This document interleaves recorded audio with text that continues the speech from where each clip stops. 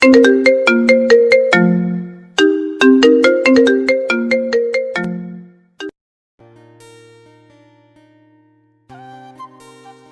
নতুন নতুন ভালোবাসার গল্প পেতে আমাদের চ্যানেলটি সাবস্ক্রাইব করে বেল বাটনে ক্লিক করুন। অফিস থেকে বের হতেই ফোনটা বেজে উঠল। এই সময় আবার কে? আমি ফোনটা বের করতে দেখি লিমার ফোন। স্ক্রিনে লিমার নাম ভেসে উঠতেই আমার ঠোঁটের কোণে মুচকি হাসি ফুটে উঠল। মেয়েটা প্রতিদিনই ফোন করবে আর একটা কথা বলবে। তোকে কিন্তু আসতেই হবে। লিমার সাথে আমার পরিচয় ফেসবুকে। মেয়েটা বেশ মিশুক, তা না হলে আমার মতো একজনের সাথে অবশ্যই বন্ধুত্ব হতো না। কথা কম বলাটা আমার অভ্যাসে পরিণত হয়ে গেছে। এই হ্যাঁ হতেই সীমাবদ্ধ। লিমার সাথে আমার কিছুদিনের মধ্যেই বেশ জমে গেল। আসলে বন্ধুত্ব আর কি। একেবারে আপনি থেকে তুইতে যেতে লেগেছে মাত্র 2-3 দিন। এরপর কেটে গেল প্রায় 2-3 বছর। কিন্তু লিমা আর আমার বন্ধুত্ব সেই আগের মতোই রয়ে গেছে, তবে এখন আরও গাঢ় হয়েছে। আমি লিমার ফোনটা ধরে ওকে কিছু বলতে না দিয়েই বললাম, তোকে কিন্তু আসতেই হবে। আমার কথা শুনে লিমা একগাল হেসে বলল, হি হি, ভ্যাঙ্গাচ্ছিস? না, আমার যে মনে আছে এটা মনে করিয়ে দিচ্ছি। মনে থাকলে আমার ফোন দিতে হতো না, তুই দিতি। আজ কি বার মনে আছে তো? মনে থাকবে না কেন? আজ তো সোমবার। তো কি কথা ছিল? লিমার কথায় আমি আর কিছু বলতে পারলাম না। আসলে আজকে যাওয়ার কথা ছিল, ভুলে গিয়েছিলাম। আমি লিমাকে বললাম, কাল সকালের বাসে আসছি, শিওর। ভুলে যাবি না তো? একদম না, কিন্তু বাসা তো চিনি না। আচ্ছা, আমি কাউন্টারে লোক পাঠিয়ে দেব। আচ্ছা। ভালোভাবে আসিস। বাই। বাই। আর মাত্র একদিন পর লিমার বিয়ে। প্রায় 2-3 মাস আগে থেকে বলছে আমাকে ওর বিয়েতে আমাকে যেতেই হবে। প্রথম দিকে যেতে না চাইলেও মেয়েটার জোড়াজুড়িতে আর না করতে পারেনি। আমি আর দেরি না করে কাউন্টারের দিকে গেলাম। টিকিটটা কেটেই বাসায় যাব। বাস জার্নি আমার কোনো কালেই ভালো লাগতো না, আজও তার ব্যতিক্রম নয়। বাস থেকে নামতেই মাথাটা বেশ ধরল। আশেপাশে এত মানুষের ভিড়ে আমার খোঁজে আসা লোকটিকে কেমন করে চিনব? আমি আর কিছু না ভেবে একটু এগিয়ে গিয়ে একটা বেঞ্চে বসতেই কেউ একজন বলল, আপনি তানভীর না? আমি পেছনে তাকিয়ে দেখি একটা মেয়ে দাঁড়িয়ে। আরে, এটা তো মেয়ে না, এটা নিশ্চয়ই কোনো পরিদেশ থেকে নেমে এসেছে। এত সুন্দর মেয়ে হয়? আপনি তানভীর না? মেয়েটার কথায় আমার ঘোর কাটল। আমি কোনো মতে মাথা নাড়িয়ে বললাম, আমি তানভীর। আপনি ফেসবুকের তানভীর তো? আরে, ফেসবুকের তানভীর মানে? ওই যে গল্প লিখেন, লেখক মিস্টার খুম বাবু। গল্প লিখি, তবে লেখক নয়। সে যাই হোক, আপনার গল্প পড়তে আমার অনেক ভালো লাগে। বলতে গেলে আমি আপনার ফ্যান হয়ে গিয়েছি। মেয়েটার কথায় আমি কি বলবো ভেবে পেলাম না। কিন্তু আমার যে এত বড় এত সুন্দরী ফ্যান আছে, এটা আমি এখানে না আসলে জানতেই পারতাম না। কিন্তু লিমা যে বলল একজনকে পাঠিয়েছে, সে কই? এভাবে বসে থাকতে আর ভালো লাগছে না। মেয়েটা হয়তো আমার মনের কথা বুঝে গেল। আমি কিছু বলার আগেই মেয়েটা বলল, কোনো সমস্যা? আসলে এখানে আমি একটা ফ্রেন্ডের বাসায় এসেছি। একজন আসার কথা ছিল আমাকে নিয়ে যাওয়ার জন্য। সে আসেনি তাই তো? সেটাই তো মনে হচ্ছে। ফোনটাও বন্ধ হয়ে গেছে। আমি এখানকার স্থানীয়, আপনি চাইলে আমি আপনাকে সাহায্য করতে পারি। মেয়েটার কথায় আমি ওর দিকে তাকালাম। দেখে মনে হচ্ছে বেশ ভালোই। মনে আবার অন্য মতলব নেই তো? ধরেন আমাকে নিয়ে গেল আর যা কিছু আছে সব রেখে দিল। তবে এই সময় এই মেয়েটা ছাড়া অন্য কোনো উপায়ও দেখছি না। আমি মেয়েটাকে কিছু বলার আগেই মেয়েটা বলল, আপনি বলুন কোথায় যাবেন? আমি লিমা আর ওর বাবার নাম বলতেই মেয়েটা বলল, আরে এটা তো আমাদের বাসার পাশেই, বিয়ে বাড়ি যাচ্ছেন তো? মেয়েটার কথায় একটু স্বস্তি পেলাম। তার মানে মেয়েটা সব কিছু চেনে, নইলে বিয়েবাড়ি যাব এটা জানলো কিভাবে? আমি মাথা নাড়িয়ে বললাম, হ্যাঁ বিয়েবাড়ি। চলুন তাহলে, তবে একটা শর্ত আছে। কি শর্ত? আমার নাম দিয়ে একটা গল্প লিখতে হবে। মেয়েটার কথায় আমি মুচকি হেসে বললাম, আচ্ছা লিখব, এবার চলুন। আর একটা শর্ত। আবার কি? আপনাকে রিকোয়েস্ট দিয়েছিলাম কিন্তু অ্যাকসেপ্ট করেন নাই। বুঝতে পেরেছি, রিকোয়েস্ট অ্যাকসেপ্ট করব, এবার চলুন। চলুন।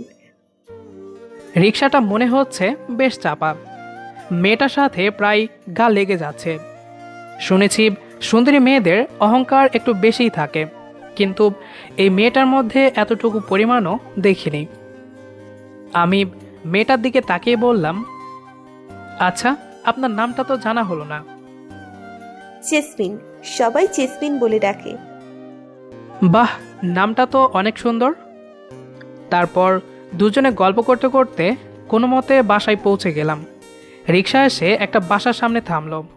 চারিদিকের অবস্থা দেখেই মনে হচ্ছে এটা বিয়ে বাড়ি। আরও বুঝতে বাকি রইল না যে এটাই লিমাদের বাসা। আমি রিক্সা থেকে নামতেই জেসমিন বলল, আসুন আমার সাথে।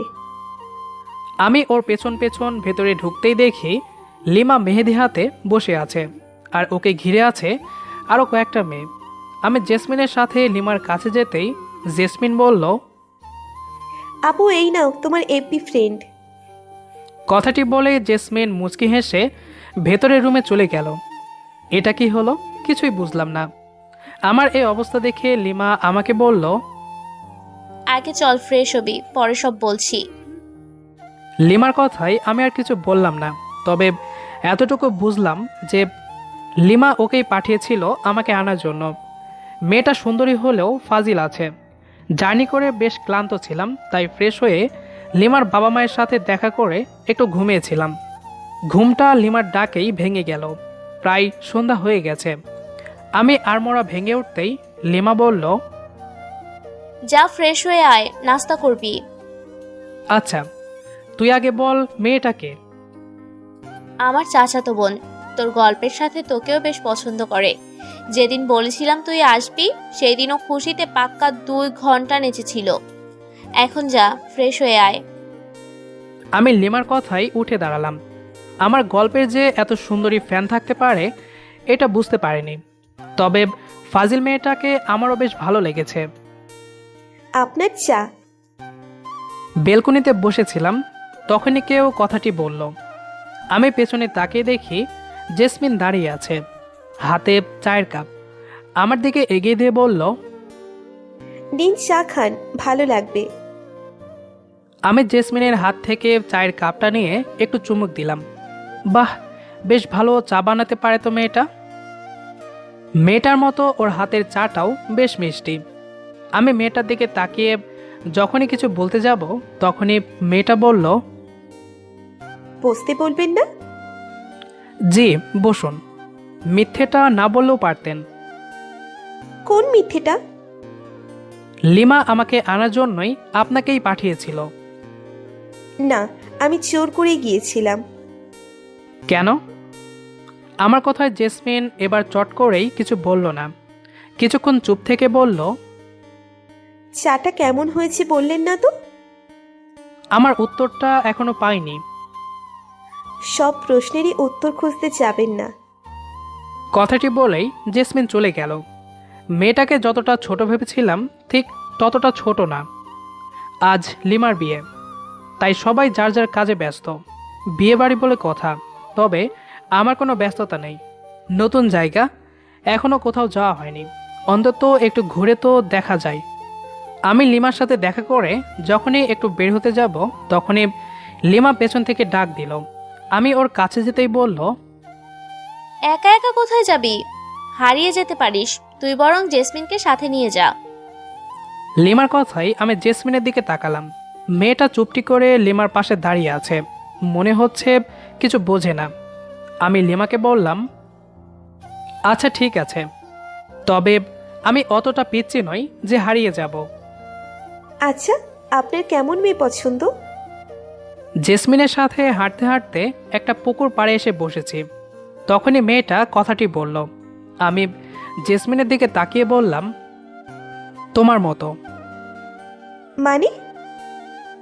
না, আসলে আমার এমন মেয়ে পছন্দ যার চোখগুলো হবে টানা টানা, মুখে অনেকটা মায়াবী ভাব থাকবে, কালো শাড়িতে তাকে বেশ মানাবে, আর নাকটা অবশ্যই বোচা হবে না।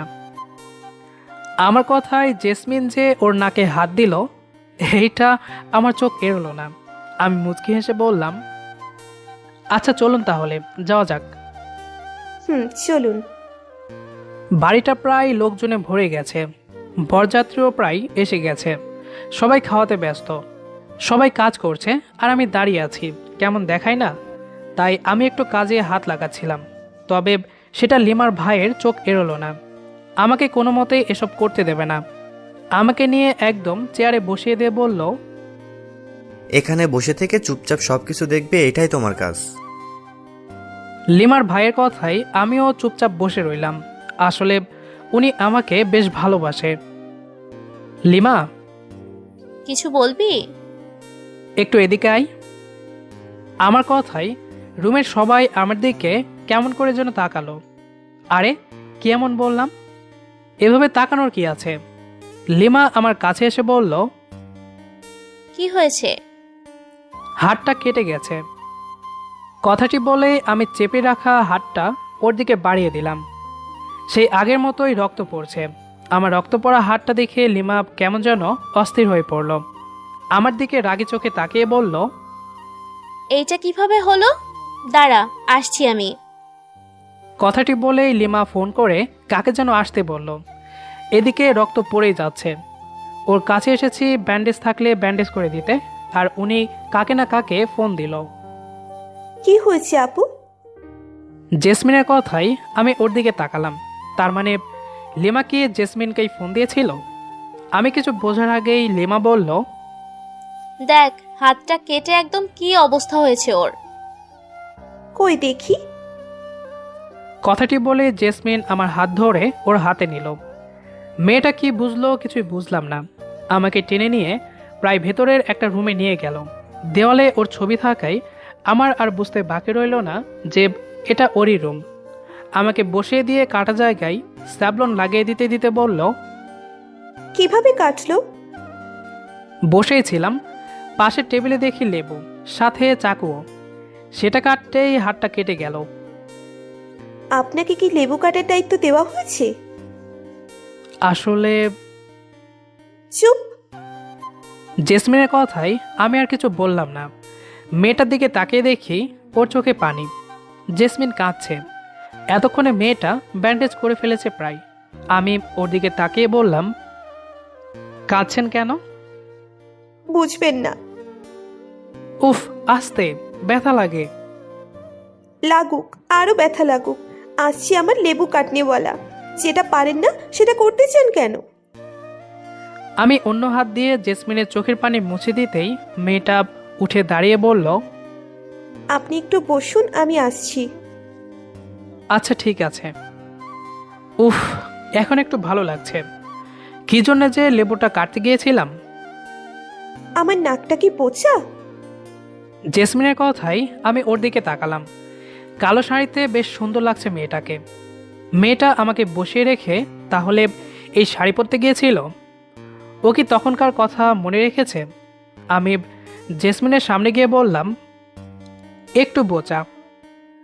আমার কথায় জেসমিনের মুখটা কেমন যেন মলিন হয়ে গেল।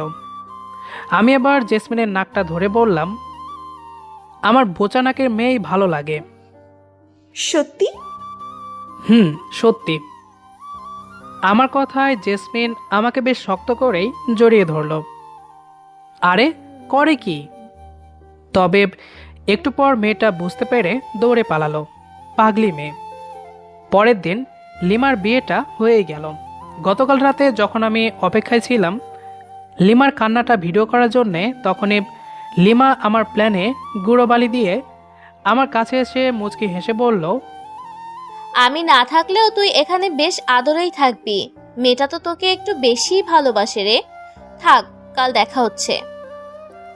লিমা যখন চলে যাচ্ছিল তখন ওর চোখের কোণে জমে থাকা পানিটুকু আমি ভিডিও করতে পারিনি। কেমন যেন নিজের চোখটাই ভিজে উঠেছিল। এরপর সকালে ঘুমটা ভাঙল জেসমিনের ডাকে।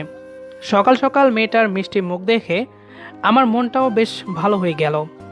আমি উঠে ফ্রেশ হয়ে এসে বসতেই জেসমিন আমার পাশে বসে বলল, দেখি হা করো। এভাবে আর কতদিন খাইয়ে দেবে? হাতটা সেরে উঠুক আগে। কাল রাতে তো খাইয়ে দিলে। কেন, আমার হাতে খেতে ইচ্ছে করছে না বুঝি?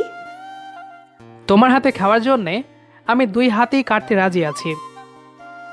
হাত কাটতে হবে না, তুমি চাইলে এমনিতেই খেতে পারবে। তুমি কি আমার খাইয়ে দেওয়ার বউ হবে? হুম, আমি তোমার সব দায়িত্ব নিয়েই তোমার বউ হব। আপনি থেকে কখন যে তুমিতে নেমে এসেছি খেয়ালই করিনি। ভালোবাসো? না। সত্যি? জেসমিন এবার কিছু না বলে আমার কপালে একটা চুমু এঁকে দিল। আমি একদৃষ্টিতেই তাকিয়ে রইলাম মেয়েটার দিকে। আমি আস্তে করে বললাম, বোচা না কলা মেয়েটাই আমার পছন্দ। এই তানভীর, জি ভাইয়া। লিমা বলছিল যে তোমার নাকি গাড়িতে উঠলে সমস্যা হয়। হ্যাঁ, একটু সমস্যা হয়। এই নাও তাহলে বাইকের চাবি, বাইক নিয়ে যাও। বাহ, ভালোই হলো। আগের গাড়িগুলো প্রায় চলে গেছে। আমি ভাইয়ার হাত থেকে চাবিটা নিতেই ভাইয়া গিয়ে অন্য গাড়িতে উঠল। আমাকে নেবে? বাইকে উঠতেই জেসমিন আমার সামনে এসে কথাটি বলল। আমি জেসমিনের দিকে তাকাতেই চোখটা আটকে গেল। সাজলে মেয়েটাকে এত সুন্দর লাগে। আমি জেসমিনকে বললাম, বোচানাকের মেয়েগুলাকে আমি বাইকে উঠাই না। কি বললে? না না, কিছু না। আমার বউ তো আমার বাইকেই উঠবে। আমার কথায় জেসমিন মুচকি হেসে বাইকে চড়ে বসে আমাকে বেশ শক্ত করে চেপে ধরল। লিমার সাথে দেখা করে বের হতে দেখি সবাই প্রায় খাওয়ার জন্যে বসে আছে। এই কাটা হাতে কিভাবে খাবো সেটাই ভাবছি। এখানে তো আর জেসমিন খাইয়ে দেবে না। এসব ভাবতে ভাবতেই ফোনটা বেজে উঠল। আমি ফোন বের করে দেখি লিমার ফোন। ও আবার এখন কেন ফোন দেয়? রুম থেকে বের হলেই তো ও আমাকে পেয়ে যাবে। আমি ফোনটা ধরতেই লিমা বলল, ভেতরে আয় তো। আসছি। এই মেয়েটা এখন আবার কি বলবে? আমি আর দেরি না করে লিমার রুমে চলে গেলাম। আমি রুমে ঢুকতেই ও সবাইকে বের করে দিল। কি এমন বলবে যে এদের সামনে বলা যাবে না? আমি লিমার দিকে তাকাতেই লিমা বলল, বস এখানে। আমি বসতেই লিমা একটা খাবারের প্লেট এনে বলল, হা কর। তুই খাইয়ে দিবি? আগেই জানতাম যে তুই হাত দিয়ে খেতে পারবি না, তাই সবকিছু আগেই এনে রেখেছিলাম। লিমার কথাই আমি আর কিছু বলতে পারলাম না। কেমন যেন চোখটা ভিজে উঠল আমার। লিমা আমার চোখটা মুছে দিয়ে বলল, নে হা কর। সবার এত ভালোবাসা অনেক মিস করব। আর কোনোদিন হয়তো এরকম কোনোদিন আসবে না, হয়তো আর পাবো না। আপু তুমি এটা কি করলে? বেশ মজা করেই খাচ্ছিলাম, তখনই জেসমিন এসে কথাটি বলল। আমি জেসমিনের হাতের দিকে তাকিয়ে দেখি মেয়েটা একটা প্লেটে সব কিছু এনেছে, হয়তো আমার জন্যে। আমি কিছু বলার আগেই লিমা বলল, ওর হাতটা তো কাটা, তাই খাইয়ে দিচ্ছি। আমি তো আছি, তোমাকে খাইয়ে দিতে হবে কেন? তোর কথায় মনে হচ্ছে যে তোর বরকে আমি খাইয়ে দিচ্ছি।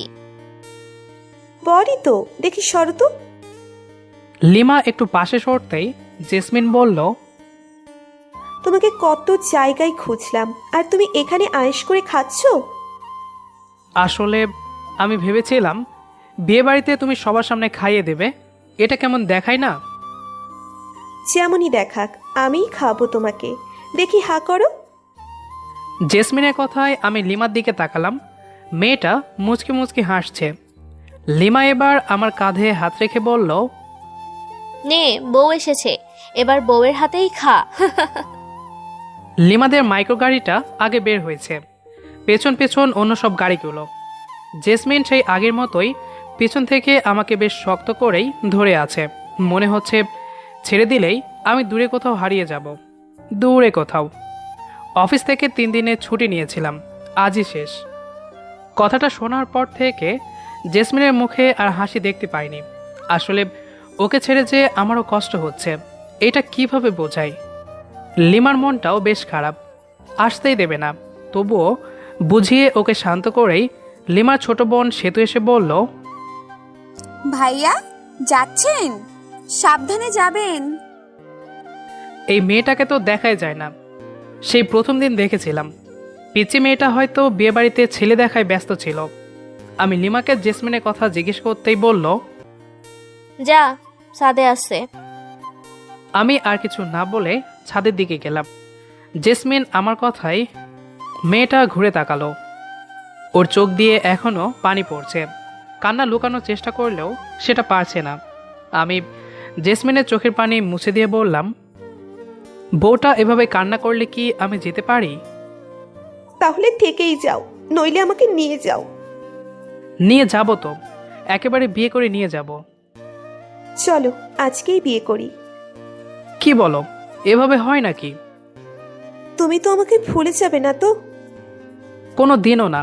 আমি আবার আসবো তোমার কাছে, সেদিন বিয়ে করে নিয়ে যাব। আমার কথায় জেসমিন কিছু না বলে আমাকে শক্ত করে জড়িয়ে ধরে একটু জোরেই কেঁদে উঠল। মেয়েটার কান্না দেখে আমার চোখটাও ভিজে উঠল। আমিও জেসমিনকে একটু শক্ত করেই জড়িয়ে ধরলাম। আমারও যে যেতে ইচ্ছে করছে না, কোনোভাবেই না, কোনো মতেই না। তারপর কারো হাততালি শব্দ পেলাম। তাকিয়ে দেখি জেসমিনের পরিবারের সবাই। তারপর দুজন দুজনকে ছাড়িয়ে নিলাম। জেসমিন তো দৌড় দিয়ে নিচে নামতে চেয়েছিল। লিমা ওর হাত ধরে বলল, থাক, আর লজ্জা পেতে হবে না, তোমাদের এবার বিয়ে দিয়ে দিব। এই বলেই সবাই হাসতে শুরু করলো। আমি আর জেসমিন দুজনের নিচে নামলাম। তারপর আমার পরিবারের সবাইকে এখানে আসতে বলল। অতঃপর বিয়ের তারিখটা ঠিক হলো। কিছুদিন যাওয়ার পর নির্দিষ্ট তারিখে বিয়েটা হয়েই গেল। তারপর বউ নিয়ে বাসায় আসলাম।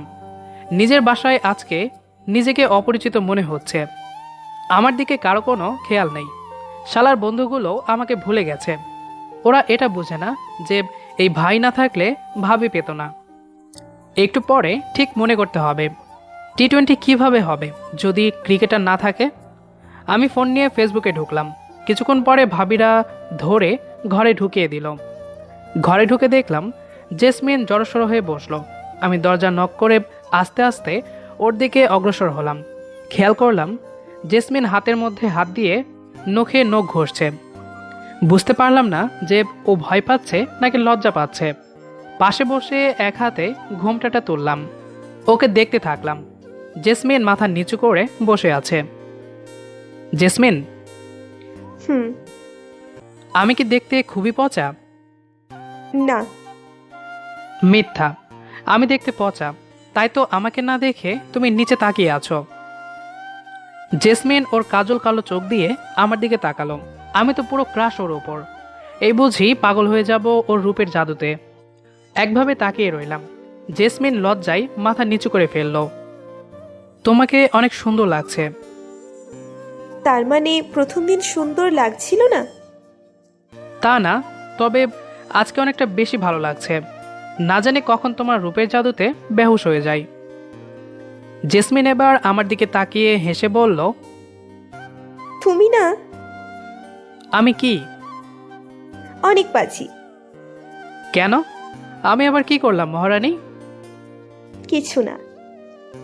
আচ্ছা জেসমিন, এই রাত নিয়ে তোমার স্বপ্ন কি? আমি তোমার সাথে চাঁদ দেখব আর গল্প করব। আচ্ছা চলো তাহলে।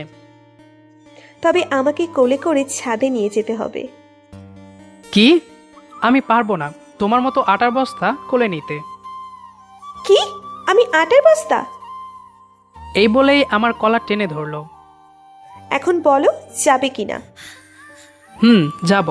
কি কপাল আমার, অবশেষে গুন্ডি মেয়ে আমার বউ হলো। ওই কি বললা? আমি গুন্ডি? দাঁড়াও, আমি তোমার পা ভেঙে দিব।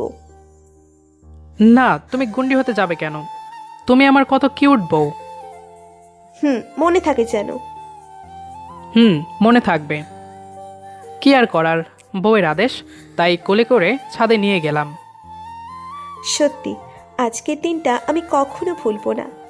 আমি কখনো ভাবিনি এমন একটা মোমেন্ট আমার জীবনে আসবে। এত রাতে ছাদে বসে প্রিয় মানুষটার কাঁধে মাথা রেখে বসে থাকতে পারবো। I love you. I love you too. তোমার মুখে কি যেন লেগে আছে। কোথায়? এই তো দেখি, মুছে দিচ্ছি। দাও। 5 মিনিট পরে এটা কি হলো? আদর হলো। এটা আদর নাকি নির্যাতন? ঠিকমতো নিঃশ্বাস নিতে দিবা নাকি? কি করব বলো? গভীর রাতে চাঁদনি আকাশের নিচে আমরা দুজনে, যতদূর চোখ যায় কেউ নেই। সাথে দুষ্টু বাতাস তোমার চুলগুলোর সৌন্দর্য দ্বিগুণ বাড়িয়ে দিয়েছে। এর মাঝে কিভাবে নিজেকে কন্ট্রোল করি? ঠিক আছে, আমি তোমার বউ। আমাকে আদর করবা না তো কাকে করবা? তবে অন্য কোনো মেয়ের সাথে করতে পারবা না এই বলে দিলাম। এখন আর কোনো দুষ্টুমি করবে না। আচ্ছা, করব না। তবে কোলে কি মাথাটা রাখতে পারি? পারো, তবে কোনো দুষ্টুমি করা যাবে না। আচ্ছা, করব না। আমি জেসমিনের কোলে মাথা দিয়ে শুয়ে আছি, আর জেসমিন মাথায় হাত বুলিয়ে দিচ্ছে। আচ্ছা, তুমি আমাকে অনেক ভালোবাসবে তো? বাসবো। আমাকে রাগাবে না তো? একটু। একটুও না? ঠিক আছে। আমাকে কষ্ট দেবে না তো? না, শুধু ভালোবাসবো। আমাকে প্রতিদিন এতগুলো চকলেট আইসক্রিম দিবে তো? এতগুলো মানে কতগুলো? এতগুলো মানে যতগুলো দোকানে থাকবে ততগুলো। আচ্ছা, দিব। বলে আমি জেসমিনের কপালে চুমু খেয়ে জড়িয়ে ধরলাম। জেসমিনও জড়িয়ে ধরল। আমি চোখ বন্ধ করে জেসমিনের ভালোবাসার সবটুকু উষ্ণতা উপভোগ করতে থাকলাম। কতক্ষণ এভাবে ছিলাম জানি না। জেসমিন, রুমে যাওয়া লাগবে না? তাহলে ছাড়ো। না। আরো জোরে জড়িয়ে ধরল। আজ সারা রাত তোমাকে এইভাবেই জড়িয়ে থাকি। দেখো পাগলি বউয়ের কথা, এভাবে থাকলে কালকে সবাই আমাদের কি বলবে? না, কালকে দেখা যাবে, এখন কথা বলো না তো। আমি কোনো কথা না বলে জেসমিনকে কোলে তুলে নিলাম। জেসমিন আমার গলাটা ধরে একবার আমার চোখের দিকে তাকিয়ে আবার চোখ বন্ধ করে আমার বুকের সাথে মিশে গেল। এরপর চুপ করে রুমে ঢুকে দরজা লক করে দিলাম। দুজনে একসাথে ফ্রেশ হলাম। ফ্রেশ হয়ে বিছানায় শুয়ে পড়ার সাথে সাথে জেসমিন আমার বুকের ওপর শুয়ে পড়ল। কি হলো? বালিশ আছে তো? তোমার বুক আমার বালিশ, আর আমি তোমার কোল বালিশ। ঠিক আছে। এই বলে আমি জেসমিনকে জড়িয়ে ধরলাম। হঠাৎ মুখের উপর পানি পড়ল মনে হলো। তাকিয়ে দেখলাম জেসমিন তার ভেজা চুল ঝাড়ছে। ও মাই গড! কি হয়েছে? আমি বাসরাত করতে পারলাম না। কই, কালকে অনেক মজা করলাম তো। আরে, মেন কাজটাই তো করলাম না। সেটা কি স্যার?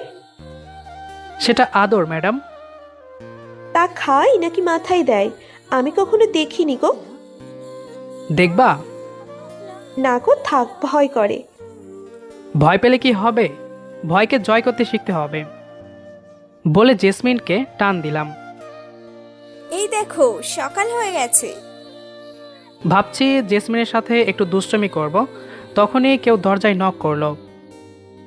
এই ছাড়ো, কে যেন দরজায় নক করছে। আমি বিছানায় শুয়ে পড়লাম, আর জেসমিন দরজা খুলল।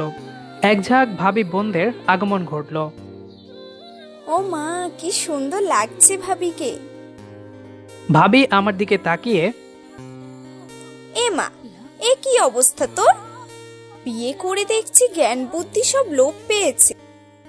কেন ভাবি? আমি আবার কি করলাম? যা করছিস তো করছিস, তাই বলে সবাইকে দেখাতে হবে? কি হয়েছে আমাকে একটু খুলে বলবে তো নাকি? কি হয়েছে আয়নায় দেখলেই বুঝতে পারবি। আমি আয়নায় নিজের মুখ দেখে লজ্জায় কুপোকায়। কি করেছে দুষ্টু বউটা, সারা মুখে লিপস্টিকের দাগ। মনে হচ্ছে সারা মুখে কিস করেছে। আমি কোনো কথা না বলে দৌড়ে বাথরুমে ঢুকে গেলাম। আমি লজ্জা থেকে ভয় পাচ্ছি বেশি। এই মেয়ে একদিন হলো না তাই এমন, সারা জীবন না জানি কেমন থাকবে। আমি ফ্রেশ হচ্ছি আর শুনছি, জেসমিন, বাইরে আসো। আসবো, রুমটা গুছিয়ে নিই আগে। তোমার গুছাতে হবে না, চলো। আসলে ভাবি ও বের হোক। ও বুঝে, আচ্ছা দুজনে একসাথে আসো। ফ্রেশ হয়ে বেরিয়ে দেখলাম জেসমিন বিছানা গুছাচ্ছে। আমি দরজা লক করে পেছন থেকে জেসমিনকে জড়িয়ে ধরলাম। সবাই আমাদের জন্য অপেক্ষা করছে, তাড়াতাড়ি রেডি হও। হব। তার আগে বলো এমনটা কেন করলে? কেমনটা? এই যে সারা মুখে লিপস্টিক লাগিয়ে দিলে। ওইটা আমি করিনি তো। তাই না? দাঁড়াও দেখাচ্ছি মজা। ভাবি। হ্যাঁ জেসমিন, বলো। ভাবি আসার কারণে ওকে ছেড়ে দিলাম। ভাবি আপনি না বললেন আপনাদের সাথে যেতে, তাহলে চলেন। তুমি না বললে ওর সাথে আসবে। না, ও ওর মতো আসবে। যেমন ভাই তার তেমন বউ, কখন কি বলে আর কি করে কেউ বোঝে না। চলো। যাওয়ার সময় পেছন ফিরে আমাকে চোখ মারলো। আমি তো হা করে আছি, এটা বউ নাকি অন্য কিছু। ফ্রেশ হয়ে গেলাম বাইরে, যে দেখি সবাই আমার বউকে ঘিরে খাওয়াচ্ছে। কি ব্যাপার, একটা মানুষকে খাওয়ানোর জন্য এতজন লোক? কিন্তু লাভ কি? মহারানী খাচ্ছে তো খাচ্ছে না, নিচ্ছে তো নিচ্ছে না। এটা তো ভালো কথা না জেসমিন। আমি গিয়ে জেসমিনের পাশে বসলাম। বুঝেছি, নতুন জায়গা তাই লজ্জা পাচ্ছে। গার্লস, আপনারা একটু বাইরে যাবেন প্লিজ। আমার লজ্জাবতী বউটা যে অনেক লজ্জা পাচ্ছে। এমনিতে বাতাসে উড়ে যাওয়ার মতো শরীর, আর যদি না খেয়ে থাকে তাহলে তো আমি বিধবা হয়ে যাব। বিয়ের একদিন হতে না হতেই বউ পাগল হয়ে গেলে। হাসতে হাসতে সবাই অন্য রুমে চলে গেল। সবার সামনে এমনটা না করলে হতো না? কেমনটা গো? তুমি এত রোমান্টিক কিভাবে? সত্যি কথা বলো, কয়টা প্রেম করেছো? 2টা। কার কার সাথে? প্রথম প্রেম করেছি বালিশের সাথে, আর দ্বিতীয়ত তোমার সাথে। মানতে হবে যে তুমি পাথরের বুকেও ভালোবাসার ফুল জমাতে পারবে। এই বলে জেসমিন আমাকে জড়িয়ে ধরলো। আমাকে কখনো তোমার থেকে আলাদা করো না। আমি জেসমিনকে আরো জোরে জড়িয়ে ধরলাম। ওকে উপলব্ধি করলাম যে পৃথিবীর এমন কোনো শক্তি নেই যে আমাদের আলাদা করে। ম্যাডাম এখন ছাড়েন, আগে খেয়ে নিন, তারপর না হয় সারাদিন রোমান্স করবেন। তোমাকে আমি আর জড়িয়ে ধরবো না, সারাক্ষণ শুধু দুষ্টুমি করার চিন্তা মাথায় ঘোরে, তাই না? আচ্ছা, আর দুষ্টুমি করব না। এই বলে আমি জেসমিনকে ছেড়ে দিলাম। আরে আমি তো মজা করে বললাম, তুমি দুষ্টুমি করবে না তো কে করবে শুনি? ও আবার জড়িয়ে ধরলো। ম্যাডাম আগে খেয়ে নিন। খাবো। এতদিন তোমাকে খাইয়ে দিয়েছি, এখন তুমি আমাকে খাইয়ে দিবে। তুমি আমাকে খাইয়ে দিবে আর আমি তোমাকে। আমি জেসমিনকে খাইয়ে দিচ্ছি আর জেসমিন আমাকে। এভাবে চলছিল আমাদের দিনগুলি। মনে হয় বাকি জীবনটাও এভাবে চলে যাবে, বউয়ের সাথে দুষ্টুমি করতে করতে। আমাদের অনেকেই কমেন্ট করে বলেন, ভাইয়া বড় গল্প দাও, বড় গল্প দাও। আসলে সকল গল্প আসলে বড় হয় না সবগুলো। তো যাই হোক, আজকে অনেক বড় একটি ভিডিও দিয়েছি। তো আশা করি আজকে গল্পটি আপনার কাছে অনেক অনেক ভালো লেগেছে। তো যাই হোক, গল্পটি আপনার কাছে কেমন লেগেছে সেটি অবশ্যই কমেন্ট করে জানাবেন। দেখা হবে আবারও নতুন কোনো গল্প নিয়ে। সেই পর্যন্ত আমাদের সাথেই থাকবেন। ধন্যবাদ সবাইকে।